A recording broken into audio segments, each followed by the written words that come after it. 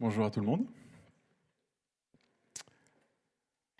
Encore un passage particulier, je les accumule, mais c'est tellement bon de voir comment Paul aimait cette église de Corinthe, comment il l'accompagnait dans tous ces questionnements. Donc ça ne sera pas tout le chapitre en entier, vous avez sûrement reçu l'email pour ceux qui reçoivent les emails, pour les autres, donc on sera dans 1 Corinthiens 7, les 24 premiers versets, donc 1 à 24, dans cette série sur Corinthiens. Donc le titre de mon message, fidèle dans la vocation que Dieu nous donne.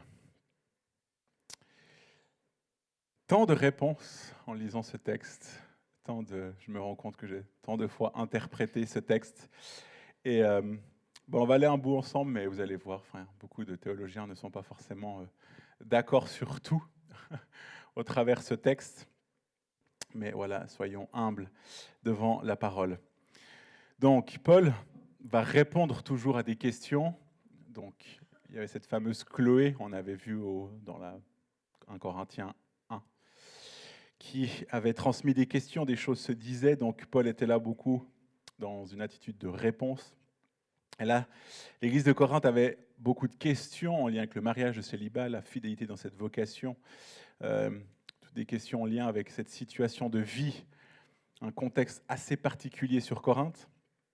Donc d'abord, premièrement, il y aura toute une réflexion sur la sexualité dans un aspect concret du mariage, relations sexuelles entre les époux. Ensuite, il va parler de situations un peu plus particulières, célibataires et veuves, puis des couples qui envisagent une séparation, puis des couples qui sont avec des conjoints non chrétiens. Donc plein de questions. 1 Corinthiens 7, 17, chacun doit vivre devant Dieu selon l'état dans lequel il a été appelé. C'est le message central de Paul, c'est l'interpellation, la clé que Paul veut nous donner. Dieu veut nous déposer quelque chose dans notre cœur aussi au travers de ce texte. C'est que notre valeur ne dépend pas de notre statut marital ou social, que notre identité en Christ, elle prime sur nos circonstances, sur nos situations, que la fidélité à Dieu va transformer de toute façon notre vie, quelle qu'elle soit notre situation, mais notre condition est celle d'un enfant de Dieu, notre identité est celle d'un enfant. Condition, situation, statut, tout ça, premièrement, c'est en Christ. Et c'est ça qui est important de se saisir, c'est que nous sommes en Christ. Les 7 premiers versets. Pour ce qui concerne les choses au sujet desquelles vous m'avez écrit, je pense qu'il est bon pour l'homme de ne point toucher de femme. Toutefois, pour éviter la débauche, que chacun ait sa femme et que chaque femme ait son mari, que le mari rende à sa femme ce qu'il lui doit et que la femme agisse de même envers son mari. Ce n'est pas la femme qui dispose de son corps, c'est son mari. De même, ce n'est pas le mari qui dispose de son corps, c'est sa femme. Ne vous privez point l'un de l'autre, si ce n'est d'un commun accord, pour un temps, afin de vaquer à la prière, puis retourner ensemble de peur que Satan ne vous tente en raison de votre manque de maîtrise. Je dis cela par condescendance. Je n'en fais pas un ordre. Je voudrais que tous les hommes soient comme moi, mais chacun tient de Dieu un don particulier, l'un d'une manière, l'autre d'une autre. Premier passage. Donc Paul va répondre à une question. Il va commencer sa phrase, il va dire en répondant justement à ce qui concerne les choses au sujet duquel vous m'avez écrit. Il est bon pour un homme de ne pas toucher de femme. On suppose déjà qu'il reprend une des phrases qui a été posée dans la question, ou même pas une question, c'était plutôt une affirmation des gens de Corinthe qui posaient cette question indirecte, est-ce que l'homme peut toucher ou pas? Toucher aptomai en grec, donc c'est vraiment la relation sexuelle, s'attacher à, on repense à s'attacher à dans Abraham, ils feront qu'une seule chair. Donc c'est vraiment le fait de ne pas toucher, pas de prendre, c'est vraiment une dimension sexuelle. Et donc là, Paul n'est pas en train de parler de célibat, il est en train de parler de relations sexuelles hors mariage. Paul va donc parler de cette attitude face à la sexualité. Donc pour lui, là, cette question-là, c'est simplement pas une question de rester célibataire, mais c'est une question de célibataire, pas de relation sexuelle. Pourquoi un peu toutes ces réponses-là? Ce qu'on doit comprendre là, et moi c'est ce qui a été un déclic, c'est qu'il y a 2 manières de vivre la sexualité. Il y a 2 courants de pensée dans Corinthe au niveau de la sexualité. Il y a le libertinisme, donc ça veut dire que voilà, on sait il y avait le temple sacré avec toutes les prostituées, il y avait beaucoup de choses en lien avec la sexualité. Et en fait, l'autre courant, c'est l'ascétisme. Donc l'ascétisme, c'est en gros les plus spirituels s'abstiennent. La dimension sexuelle, la dimension de relation, en fait, nous éloigne de Dieu parce que du coup, si on est dans le sexe, on n'est plus assez pur, on n'est plus assez high à voler dans les cieux. Donc il y avait un peu ce courant qui faisait opposition au libertinisme, donc la débauche, en disant non, non, mais si vous êtes des gens pieux et spirituels, il faut cesser toute relation sexuelle. Et en comprenant ça, vous allez voir, c'est une clé qui déverrouille plusieurs compréhensions de ce texte. Donc, pour Paul, justement, cette affirmation qu'il reçoit, à laquelle il répond, c'est sûrement les ascètes qui disaient justement, mais il est bon de ne pas toucher de femme, parce que si nous voulons rester spirituels et pieux, nous devons nous abstenir de toute sexualité, car elle est mauvaise. Donc, d'où Paul qui donne sa réponse, à cause de l'impudicité, que chacun ait sa femme et que chaque femme ait son mari. Donc Paul va quand même déjà prendre une partie de réponse en disant, oui, certes, on va le voir un peu plus loin, mais si au vu de votre impudicité, au vu de vos erreurs, au vu de votre faiblesse humaine, ben non. Ce qui est bien, c'est que chaque femme ait son mari et que chaque mari ait sa femme. La relation sexuelle, elle est quand même là. Parce que pour Paul, l'importance, c'est que si tu brûles, mieux vaut ne pas brûler hors mariage, et plutôt être en couple et d'avoir des relations sexuelles dans le cadre du mariage qui est donné par Dieu, plutôt que te dire non, non, mais moi je veux être chaste et puis de tomber en dehors du mariage.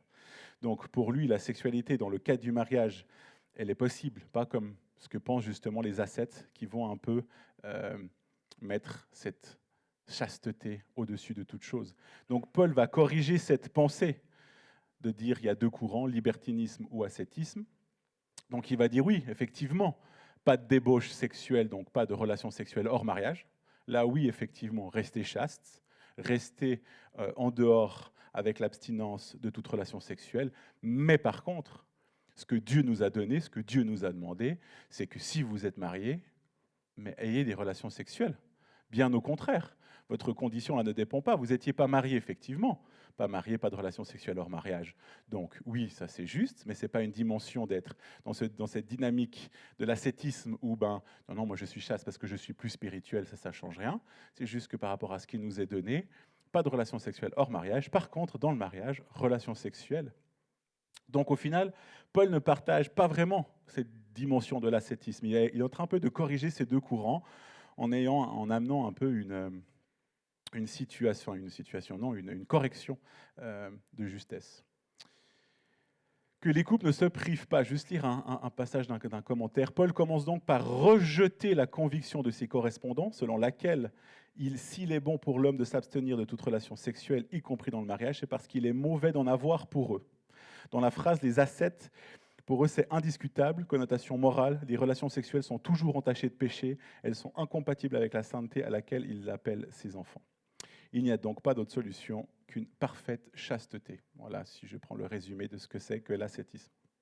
Donc, Paul, d'une certaine manière, il est en train de dire qu'il n'y a pas que du mauvais dans cet ascétisme, dans le sens d'être chaste, mais dans le célibat, pas dans le mariage. Dans le mariage, justement, il faut avoir des relations sexuelles. Donc en fait, ce que lui, il veut, c'est de dire, oui, effectivement, le côté ascétisme, il est bon, parce qu'il est en train de contrer le libertinisme et la débauche sexuelle de Corinthe. Qui ça, effectivement, c'est une catastrophe pour Paul. Il y a un peu ce lien, il veut enlever cette partie de légaliste, rappelons-nous pour ceux qui ont entendu, dans 1 Corinthiens 6, tout m'est permis mais tout n'est pas utile. Cette dimension que Paul ne voulait pas transmettre son légalisme, en disant tout est permis mais tout n'est pas utile. Il ne voulait pas donner de tu peux pas, mais de dire, voilà, il veut enlever vraiment cette partie légaliste de l'ascétisme qui est en train de dire, il ne faut pas. Donc, conclusion, la chasteté est bonne, mais en dehors du mariage. Ensuite, 1 Corinthiens 7,7, à la fin, je voudrais que tous soient comme moi. Gros débat théologique. 2 pensées. Première pensée, c'est que Paul est en train de dire qu'il est question d'abstinence sexuelle hors mariage et non du célibat. Ça voudrait dire que Paul est en train de dire « j'aimerais que tous soient comme moi », ça veut dire abstinent. En tant que célibataire, on s'abstient, on ne fait pas n'importe quoi. Et deuxième pensée, c'est en fait que tous soient comme Paul, donc célibataire et non marié. Donc je vous laisse vous faire vos propres avis. Je vous encourage, je fais une parenthèse, à aller aussi creuser de vos côtés, vraiment des textes très compliqués, plein d'avis différents, et ne faites pas de ce que je dis votre théologie, allez creuser par vous-même. Donc, pour être comme Paul, ce que Paul va mettre en avant, c'est parler du charisma, donc des dons qui sont donnés. Et il faut l'avoir reçu le don de Dieu. Justement, dans sa phrase, il ne va pas juste poser j'aimerais que tout soit comme moi, il va parler des dons. Et ces dons-là que Paul nous parle au travers de ce charisme, c'est l'aptitude au célibat, c'est un don de continence, un don pour s'abstenir. Et c'est ça que Paul veut dire, c'est qu'il y a une condition que Dieu appelle, c'est le fait de s'abstenir. Car pour Paul, sans ce charisme, le célibat, il devient vite une occasion de lutte et de chute. S'il n'y a pas vraiment cet appel de Dieu, ces dons qui sont donnés dans cette abstinence, ça va être compliqué. Un théologien, Eric Fuchs, dit « Si la continence est impossible, pourquoi s'obstiner comme si elle était une voie spirituelle supérieure ?» Dans 1 Corinthiens 7, 3, 4, que le mari rende à sa femme l'affection qu'il lui doit et que la femme agisse de même envers son mari. Ce n'est pas la femme qui est maîtresse de son corps, mais son mari. De même, ce n'est pas le mari qui est maître de son corps, mais sa femme. On parle comme d'une dette. Et l'idée de la dette est bien mieux que celle du devoir. L'idée de la dette, mieux que celle du devoir, souligne que c'est envers son conjoint que chacun a une obligation. Donc, c'est cette dimension de dette qui est contractée en s'unissant l'un envers l'autre. Il y a une dette. Du coup, dans cette dette du mariage, on a fait union, on a comme une dette. Il y a justement cette dette, mieux que celle du devoir. En fait, on s'appartient l'un l'autre mutuellement. Et c'est ensemble où il y a toute cette discussion qui est dans cette unité. Et ce qui amène dans ce mariage un cadre qui est sain, parce que pour l'opposé du célibataire, où en gros, lui, il est seul maître de son corps et il fait ce qu'il veut, parce que s'il décide d'être dans la débauche, et dans la débauche, là, justement, comme on est un couple, cadre du mariage, en fait, c'est pas que moi qui ai un regard sur mon corps, mais c'est aussi l'autre qui a un regard. Et c'est ça que Paul est en train de nous enseigner là, et de se dire, justement, les couples dans cette dimension-là, où mon corps ne m'appartient plus qu'à moi, où j'en fais ce que je veux, et qu'on est deux, ensemble, les couples ont un mandat qui est de s'honorer mutuellement l'un l'autre avec la sexualité. Donc, pour les mariés, ce que Paul est en train de dire, honorez Dieu dans votre intimité. Par contre, il est de nouveau en train de dire, en voulant lier ces deux personnes ensemble dans cette dette et ce devoir, c'est-à-dire que pour les célibataires, toute la sexualité en dehors de ce cadre-là, c'est dangereux pour l'âme et pour l'Église. Donc, ce qui veut dire que Paul est en train de nous dire, il y a des conditions qui sont données dans votre conversion. Si vous êtes célibataire, abstenez-vous de toute relation sexuelle. Par contre, dans le mariage, la sexualité, elle est faite pour honorer le couple. Versets 8 à 9. À ceux qui ne sont pas mariés et aux veuves, je dis qu'il leur est bon de rester comme moi. Mais s'ils manquent de maîtrise d'eux-mêmes, qu'ils se marient, car il vaut mieux se marier que de brûler. Célibataire, en grec, c'est agamoi. Agamoi, donc c'est un nom masculin qui voudrait dire autant célibataire que veuf pour les hommes, alors que tchera, pour les veuves, s'adresse que aux femmes comme veuves. Donc, toute une dimension qui nous fait penser que comme ce mot en grec, agamoi, voudrait autant dire pour les hommes célibataires et veufs, et que les femmes, là, ils parlent des veuves, sans doute, il veut parler autant aux hommes veufs et aux femmes veuves qu'aux célibataires. Parce qu'évidemment, le mot agamoi célibataire est autant valable pour les hommes que pour les femmes. Donc pour lui, là, il prend un peu le package, célibataire, homme-femme, veuf et veuve. Pourquoi il veut aussi interpeller les femmes en tant que veuves, un peu particulièrement, et vraiment mettre cette dimension de veuve, parce que sûrement que, étant donné que le statut de la femme au niveau social était plus difficile, plus inférieur à vivre, parce que plus précaire, parce que pas forcément la possibilité de travailler, pour ces femmes-là, un nouveau mariage, après séparation, c'était un signe d'assurance. Moi, je me remarie, comme ça, je suis de nouveau protégé, j'ai de nouveau plus d'assurance, plus de protection, plus de sécurité. Et Paul veut mettre aussi en lumière en disant, mais votre sécurité, elle est en Christ. Vous n'avez pas besoin de vous remarier pour ces choses-là. Restez plutôt seul. Il est bon de continuer à vivre seul et ne pas chercher à se remarier, même si effectivement votre situation serait plus simple mariée. Et là, quand il va dire « il est bon », en grec, c'est « kalon ». Et ce que ça veut dire, c'est que c'est souhaitable, utile, opportun, mais non moralement nécessaire. Paul ne veut pas en faire une loi non plus, mais il est bon justement pour célibataires, veuves, s'ils sont célibataires, veuves au moment de leur appel, de rester dans cette situation-là. Ce n'est pas moralement nécessaire, mais c'est souhaitable, utile, opportun. Donc, pour ce groupe de personnes-là, Paul est aussi en train de donner un conseil de ne pas se marier, si on reprend ce qui s'est passé, ce qui s'est quand même dit au premier passage, s'ils ont reçu ce don de la continence et de l'abstinence.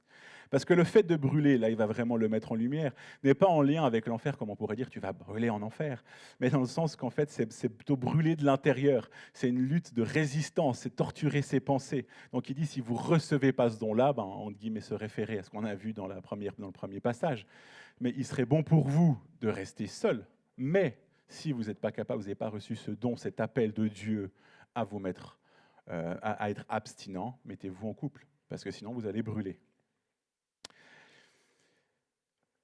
Donc, Paul n'est pas en train de parler justement du célibat comme un statut supérieur à maintenir, mais il veut rejoindre les personnes dans leur célibat. Le célibat n'est pas un défaut, mais une opportunité de servir Dieu sans distraction pour lui. Le mariage n'est pas un impératif, mais un appel selon la situation personnelle et divine, selon les aptitudes qui sont données par Dieu ou pas. Donc, autant célibataire que marié reste une vocation, un appel qui est honorable de Dieu. Paul, à aucun moment, n'est en train de parler d'un célibat qui serait mieux et plus honorable que le mariage. Les versets 10 à 16. À ceux qui sont mariés, j'ordonne non pas moi, mais le Seigneur, que la femme ne se sépare point de son mari.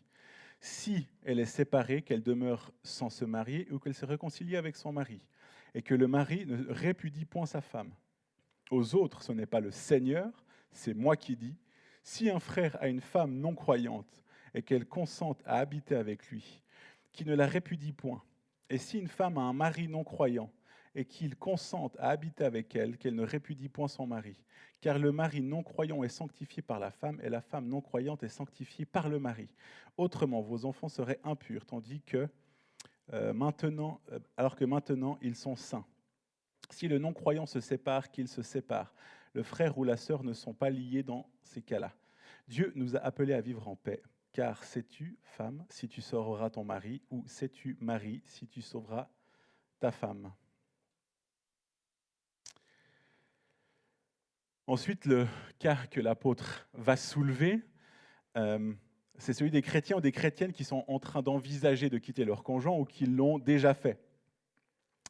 Ces personnes-là sont sûrement des personnes très sensibles aux arguments de l'ascétisme, des ascètes qui sont en face d'eux et qui sont en train de leur dire il faut garder votre chasteté, le fait d'être en couple, c'est pas bon pour votre pureté et tout ça. Donc il y aurait possibilité que ces personnes-là sont en train de suivre ce courant de l'ascétisme et se séparent. Et Paul est en train de vouloir corriger ça. Parce que justement, contrairement à aujourd'hui, on pourrait croire qu'on se divorce, alors certes des fois pour des querelles et des problèmes relationnels, mais aussi beaucoup pour la dimension sexuelle. Là, s'ils divorçaient à Corinthe, ce n'était pas pour se dire je vis dans un endroit de débauche et moi je divorce parce qu'à Corinthe c'est youpla boum et puis je peux faire un peu ce que je veux. Non, eux c'était plutôt dans cette dynamique de l'ascétisme et de dire non, je me sépare, je me divorce, comme ça je n'ai plus besoin d'avoir de relations sexuelles et je serai donc plus sain, plus en dessus des mariés, en dessus de ceux qui ont des relations sexuelles. Mais en fait, ce que veut faire Paul directement, c'est transmettre l'enseignement du Christ, pas de divorce. Donc, si vous êtes là séparés, non, il n'y a pas de divorce. Et ce n'est pas ça qui va vous rendre plus saint. Mais par contre, si Paul parle de ça, c'est qu'il y a justement des possibilités, qu'il y a déjà eu des séparations.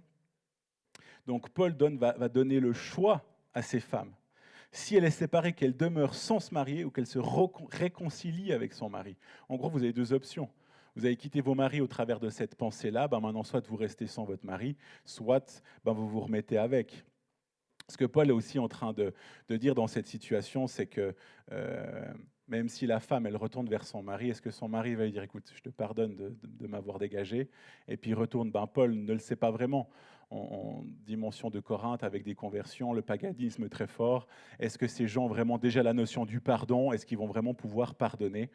Donc, Paul est en train de dire, si elles sont séparées, qu'elles demeurent sans se marier, ou qu'elles essaient de se réconcilier. Mais et avec cette question, est-ce que finalement le conjoint séparé qui s'est fait quitter acceptera, donnera le pardon? Donc Paul est en train de d'alléger aussi selon son contexte. Mais Paul va quand même dire aussi aux maris et à ses conjoints, ne brisez pas les liens du mariage. C'est ce que Paul a enseigné. C'est ce que Christ a enseigné.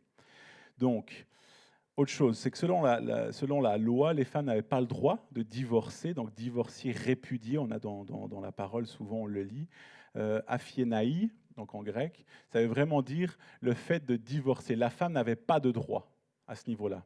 La femme, ce qu'elle pouvait faire, c'était partir, donc c'est choristenaï. Choristenaï, ça veut dire, en fait, je pars. Alors on pourrait se dire, oui, dans tous les cas, il y a une séparation, oui, certes, mais selon la loi, le divorce, le fait de répudier, la femme n'avait pas le droit de le faire. C'est pour ça que là, on dit que la femme ne peut pas répudier, elle peut seulement partir. Seul le mari avait le droit de répudier un mariage. Ensuite, assez particulier, au verset 12, il va parler de lui-même. Il va dire, aux autres, ce n'est pas le Seigneur, c'est moi qui dis. Particulier. Selon les commentateurs, les gens qui écrivent des livres, ce que ces personnes sont en train de dire, c'est que Paul n'a pas eu l'exemple de Christ. Pourquoi ? Parce que Christ ne s'est pas trouvé dans des situations où il y avait encore du paganisme, où il y avait déjà le paganisme, où il y avait des chrétiens avec des non-chrétiens. Et que ça suppose qu'en fait, Christ, dans tous ses enseignements jusqu'à là, a juste enseigné à des personnes qui étaient chrétiennes toutes les deux, ou juives toutes les deux, et qui n'avaient pas encore cette dimension de paganisme. Donc c'est pour ça qu'il va prendre lui, dire ce n'est pas le Seigneur qui le dit, mais c'est moi. En tout cas, c'est ce que les commentateurs disent, et par rapport à tout ce que je lis, moi ça me paraît assez cohérent, et ça va être justement cette dimension que Paul va compter, non pas sur lui-même au final, parce que quel orgueil sinon, mais bien sur le discernement du Saint-Esprit, vu que on se rappelle depuis le début, c'est plusieurs fois que je vous le transmets ici, Paul est en train de parler de l'immaturité spirituelle et que les Corinthiens sont en train de marcher par leur chair et non par l'esprit. Donc Paul est en train de lui montrer aussi l'exemple en marchant par l'esprit, en étant soumis dans ce discernement par l'esprit, non pas comme non pas comme Christ le dit, mais là c'est moi qui vous le dis. J'essaie de discerner au mieux, mais voilà ce que j'ai à vous dire. Parce que Paul n'avait pas entendu cet enseignement-là, hormis l'enseignement de Christ qui disait ne pas divorcer. Mais dans cette situation mixte, paganisme, chrétien, Paul n'avait pas de ressources au niveau des écrits. Voilà ce que beaucoup disent. Moi, ça me parle. On a le droit de ne pas être d'accord. Comme je vous le dis, creusez seulement dans tous les livres. Pour Paul, par contre, dans cette situation-là, ce n'est pas aux chrétiens de prendre l'initiative, parce qu'en tant que chrétien, il a la connaissance, dans le sens de dire, on te transmet, qu'est-ce que Christ nous a dit, pas de divorce. Donc dans des situations-là aussi, chrétien, pas chrétien, ce n'est pas à un chrétien d'initier le divorce. C'est plutôt à lui, par acte et parole, d'être témoin dans son couple et faire en sorte de maintenir ce couple à flot. Encore, ce qu'on doit comprendre, c'est que dans cette situation-là, chrétien, non chrétien, avec ce courant ascétique derrière, cet ascétisme qui est là, présent, très présent, ce qui est en train d'être aussi indirectement transmis, c'est que, mais mon Dieu, si vous, chrétiens, couchez avec des non-chrétiens, déjà que coucher, c'est pas incroyable, mais alors en plus, si vous couchez avec des non-chrétiens, vous allez devenir impur. Vous allez être contaminé par les non-chrétiens. Donc il y a encore ce courant de l'ascétisme qui est derrière, qui ramène une vague d'inquiétude, puis de dire, mais donc en fait on peut comprendre à quel point ils sont complètement perdus s'ils sont enseignés entre guillemets par la chrétienté, puis derrière il y a ce mouvement de l'ascétisme qui est en train de parler au-delà même de la sexualité, qu'elle n'est pas bonne, alors que dans leur contexte c'est le libertinisme. Moi je me mets à leur place, dans leur contexte, ces gars-là ils doivent être complètement perdus. Donc, ils sont dans cette crainte-là de se dire « mais moi je serai impur ». Et non, Paul va corriger justement, c'est au contraire le croyant qui purifie et rend saint son conjoint. Pour comprendre ça, on est obligé de faire un lien avec Israël. Donc là, quand Paul va parler de sainteté, à ce moment-là, ce n'est pas du point de vue moral ou de la consécration, de l'appartenance à Dieu, mais c'est plutôt une allusion à la conviction juive. Donc les enfants sont inclus dans l'alliance que Dieu a conclue avec son peuple. Je veux lire 2 notes. La première, c'est une des notes dans la Bible de Jérusalem. Du fait de son union à un membre du peuple saint, le conjoint non chrétien est rattaché d'une certaine façon au vrai Dieu et à son Église. Les enfants qui naissent de cette union sont de droit membres du peuple saint. Et Paul affirme que parce que Dieu a contracté alliance avec Abraham, toute sa descendance est sainte. Si la racine est sainte, les rameaux aussi sont saints. Deuxième, c'est un théologien, Gordon Fee, il va dire, lui, il développe un peu plus l'analogie. La consécration de la partie dans le sens d'une mise à part pour Dieu sanctifie le tout. Israël n'est pas encore converti, mais parce que les prémices et la racine étaient saintes.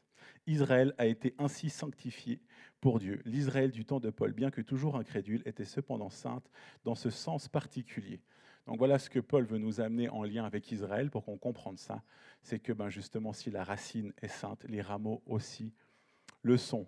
Donc, selon Fils, cette sainteté est porteuse d'espoir en fait pour le conjoint, qui est porteuse d'espoir car justement il y aura le conjoint non chrétien, en fait il est quand même saint d'une manière spéciale. Donc, vous inquiétez pas, vous n'avez pas besoin de vous séparer, c'est ce que Paul est en train de dire. Vous n'êtes pas vous impur, mais au contraire, ça donne une occasion de plus pour votre conjoint de le conduire au salut parce qu'indirectement il est sanctifié au travers de vous. Mais Paul va souligner encore une fois que ce n'est pas aux chrétiens d'initier le divorce, très important. Même, par contre, si le partenaire païen demande le divorce, le chrétien n'est pas dans l'obligation de se battre pour maintenir ce mariage, il en est libéré, comme on a pu le lire dans la parole. Ensuite, versets 17 à 24. Seulement que chacun marche selon la part que le Seigneur lui a faite, selon l'appel qu'il a reçu de Dieu. C'est ainsi que je l'ordonne dans toutes les églises. Quelqu'un a-t-il été appelé étant circoncis, qu'il demeure circoncis? Quelqu'un a-t-il été appelé étant incirconcis, qu'il ne se fasse pas circoncire?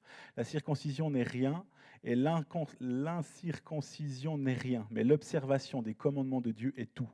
Que chacun demeure dans l'état où il était lorsqu'il a été appelé. As-tu été appelé étant esclave? Ne t'en inquiète pas. Mais si tu peux devenir libre, profites-en plutôt. Car l'esclave qui a été appelé dans le Seigneur est un affranchi du Seigneur. De même, l'homme libre qui a été appelé est un esclave de Christ. Vous avez été rachetés à un grand prix. Ne devenez pas esclaves des hommes. Que chacun, frère, demeure devant Dieu dans l'état où il était lorsqu'il a été appelé. Ce que je disais, c'est ce verset un peu clé que Paul veut nous donner, que chacun demeure dans l'état où il a été appelé. Et cet état aussi, c'est cette transformation par Christ. Cette identité en Christ est plus importante que toute chose. Notre vocation peut être célibataire, marié, esclave, libre, mais en fait notre identité principale, c'est le fait d'être en Christ. Quand vous êtes appelé, vous êtes en Christ. Et c'est cette importance de dire qu'il y a cet état qui est là. Nous ne restons pas esclaves des hommes, esclaves des pensées, esclaves des choses qui sont dites. Vous êtes en Christ. Donc en Christ, qu'est-ce qu'on fait? On respecte les commandements. Donc en respectant les commandements, on sera de toute façon dans cette relation à Dieu. Donc Paul va prendre cet exemple de la circoncision ou de l'esclavage dans son enseignement pour montrer qu'on parle là justement ou de la sexualité, des relations amoureuses, de la circoncision ou de l'esclavage, en fait le cœur est le même, saint et obéissant devant Dieu. Nous sommes appelés à être en Christ, nous sommes en Christ, et du coup en Christ nous sommes appelés à être saints et obéissants. Ces versets-là, 17-24, comme on dit, sont pivots. Il y aura toute la suite d'un Corinthiens 7. On va voir, c'est quelque chose qui est pivot, qui va faire un lien avec tout ça. Mais en fait, il veut donner une règle générale, comme je vous l'ai dit. Circoncision, esclavage, en fait, peu importe ça.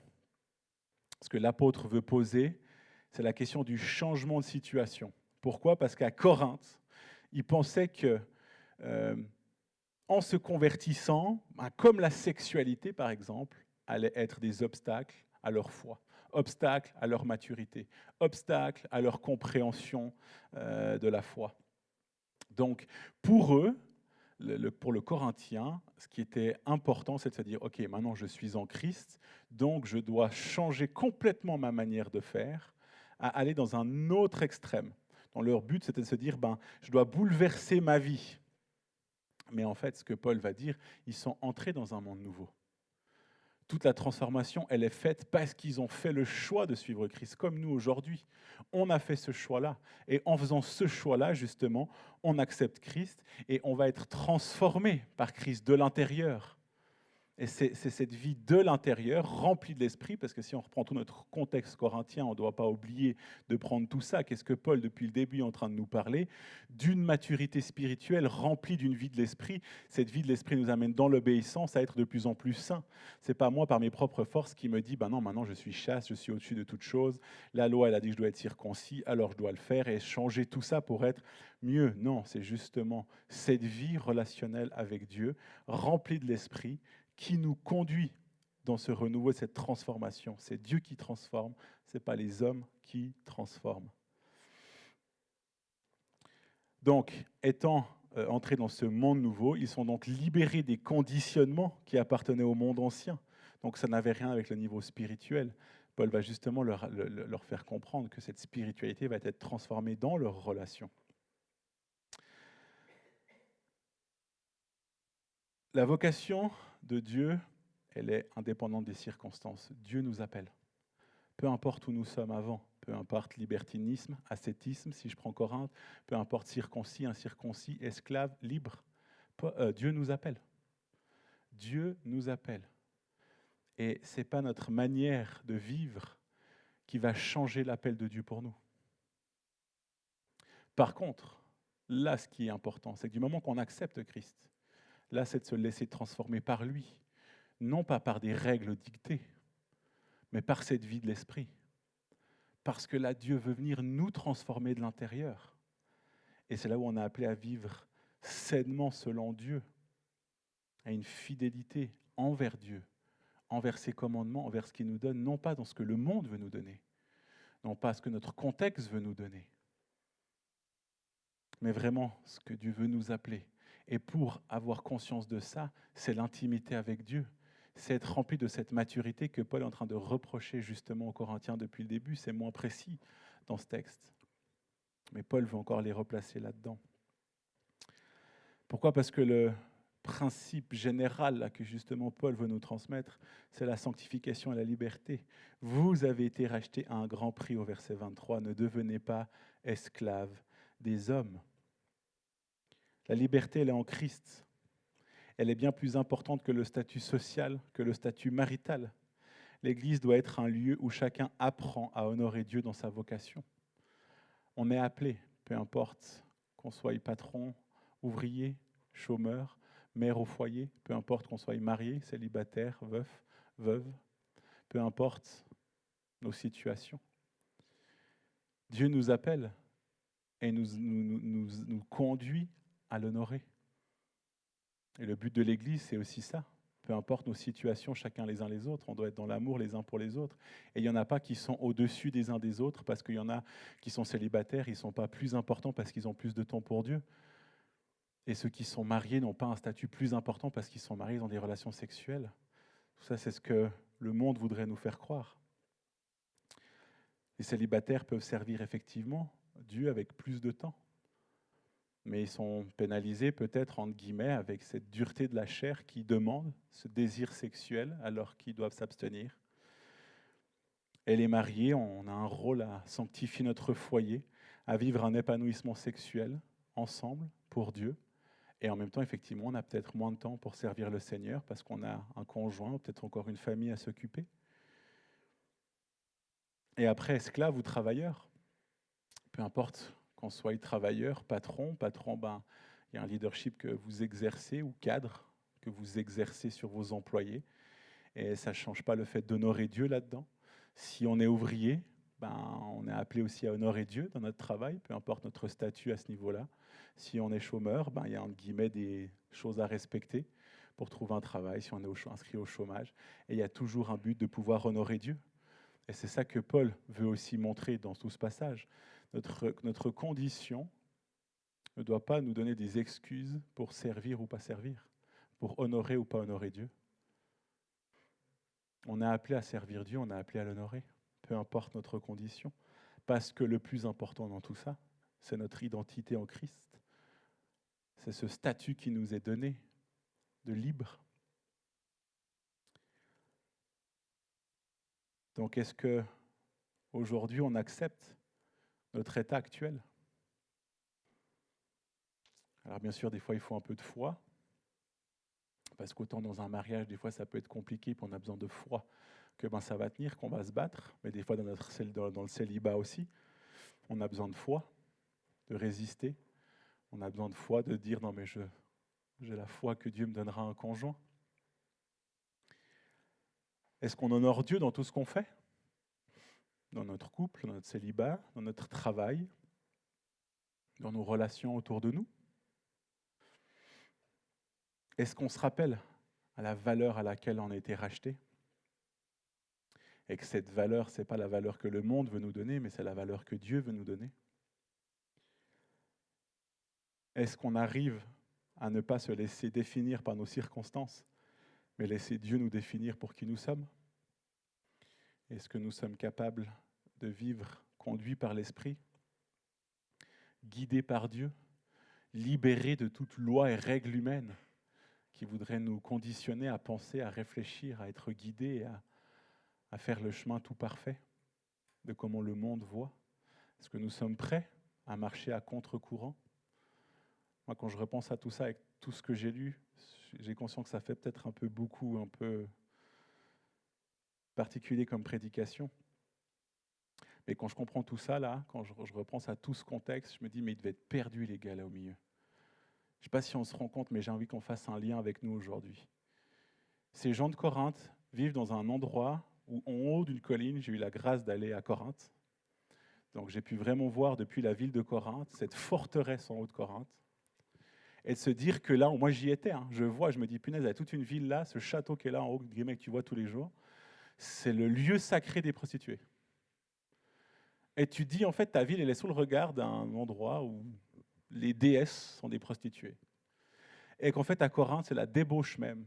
C'est un lieu de passage où tout le monde passe. Tout le monde couche avec tout le monde. Et toi, tu es là, tu es en train de recevoir Christ. Et en même temps, là où tu es, tu as un courant totalement opposé qui dit non, non, mais si vous voulez être des gens spirituels, là, ben, il faut être chaste. Il faut rejeter tout ça. Il y en a un, c'est ce que le monde est en train de te dicter. Bah, ici, les déesses sont des prostituées. Allez-y seulement, vous serez, entre guillemets, bénis dans un certain terme de coucher avec ces femmes. Puis en même temps, un autre courant qui dit, bah non, si vous voulez être encore plus spirituel, ne faites rien. Puis vous êtes là au milieu chrétien, en se disant, bah, il y a quelque chose qui est là, que je veux suivre, qui s'appelle le christianisme. Puis en même temps, j'ai une pression d'un côté qui me dit, non, mais tranquille, tu es dans une vie de débauche, de toute façon, c'est normal. Puis en même temps, tu as un courant qui vient, puis qui dit, non, non, mais il faut tout rejeter, cette sexualité-là, alors que c'est ton contexte. Comment tu fais au milieu? Tu dis, mais punaise, mais je suis marié, qu'est-ce que je dois faire? Parce que c'est vrai que le sexe ici, c'est pas bien vu, mais en même temps, moi, je suis marié, puis en même temps, moi, je suis célibataire, mais c'est ultra dur. Il y a tout ça qui est là, puis on me dit que de toute façon, ben, c'est OK de le faire, parce que c'est le courant. Puis en même temps, je ne sais pas si vous vous rendez compte. Puis si on fait un parallèle avec nous aujourd'hui, ben, en même temps, on a le droit de tout faire et tout vivre. Parce que de toute façon, plurivérité, hein, on a le droit un peu de croire en tout ce qu'on veut. On a le droit de tout faire aujourd'hui, même jusqu'à se dire, ben, je ne me sens pas dans une identité au niveau de genre correct. On a le droit de tout dire, tout penser, tout faire. Et en même temps, derrière, ben, il y a quand même un gros courant qui dit qu'on doit se plier. Et en se pliant, ça veut dire qu'on doit quand même se plier à tout. C'est complètement absurde. Et je pense qu'on peut faire autant un parallèle avec cette dimension de Corinthe qu'avec notre vie aujourd'hui. Et ça nous demande encore à nous, ce matin, de se positionner. Puis de dire, je ne veux pas être conditionné par ces règles-là autour de moi. Parce qu'en même temps, ben voilà, on va encore me dire, tu es libre, tu fais ce que tu veux, mais il faut quand même payer tes impôts, il faut quand même travailler, il faut quand même payer pour avoir un toit, et puis il faut quand même ci, puis il faut quand même ça. Et nous, on est là au milieu. Et je crois vraiment fermement que pour tenir là-dedans, tout comme les gens de Corinthe, il y a besoin de l'enseignement et l'obéissance et la sainteté là-dedans. Et je pense que si on arrive à écouter Dieu, si on arrive à suivre Dieu dans cette obéissance, il y a une bénédiction qui est sur nous. Mais j'ai envie de vous dire, l'heure vient. Et ça ne va pas être de plus en plus facile, bien au contraire. Et il va falloir tenir de plus en plus face à l'absurdité. Et il y aura besoin d'autant plus de se serrer les coudes les uns les autres, de s'encourager les uns les autres. Vraiment. Mais ce contexte, au final, Corinthe, ils l'ont un peu vécu différemment. Mais Paul est en train de nous montrer quelque chose d'important. Notre identité, elle est en Christ. Et c'est là-dessus qu'on doit se fonder. Et se rappeler que c'est ça. Et qu'on a une chance, il est vivant et il nous guide. Et on n'est pas tout seul. Là, il y a l'Église avec un petit E, mais il y a l'Église avec le grand E. Et on n'est clairement pas tout seul, mais on est ensemble. Prions. Père, merci encore pour ta parole, si enrichissante, si nourrissante. Seigneur, je te prie de venir faire le tri, Seigneur, et je suis convaincu que tu as déjà œuvré au travers de ton esprit. Mais ma prière, elle est que pour tous mes frères et sœurs ce matin, ils puissent se saisir d'une ou deux choses que toi, tu veux qu'ils se saisissent. Pas de retenir tout, Seigneur, même moi, il a fallu que je relise et que je relise et que je relise. Mais Seigneur, donne-nous, de par ton esprit, saisir ce qu'on doit saisir ce matin. La pépite que tu voulais qu'on trouve en nous faisant venir ce matin. Donne-nous cette pépite, papa. Donne-nous cette pépite. À quoi on doit se raccrocher? Qu'est-ce qu'on doit tenir? Qu'est-ce que Saint-Esprit, tu veux nous montrer ce matin? Je te prie de bénir tous les couples ce matin ici présents, toutes les familles. Je te prie de les bénir dans leur sexualité, Seigneur. Vraiment qu'il puisse y avoir une intimité forte où tu puisses être invité dans cette chambre.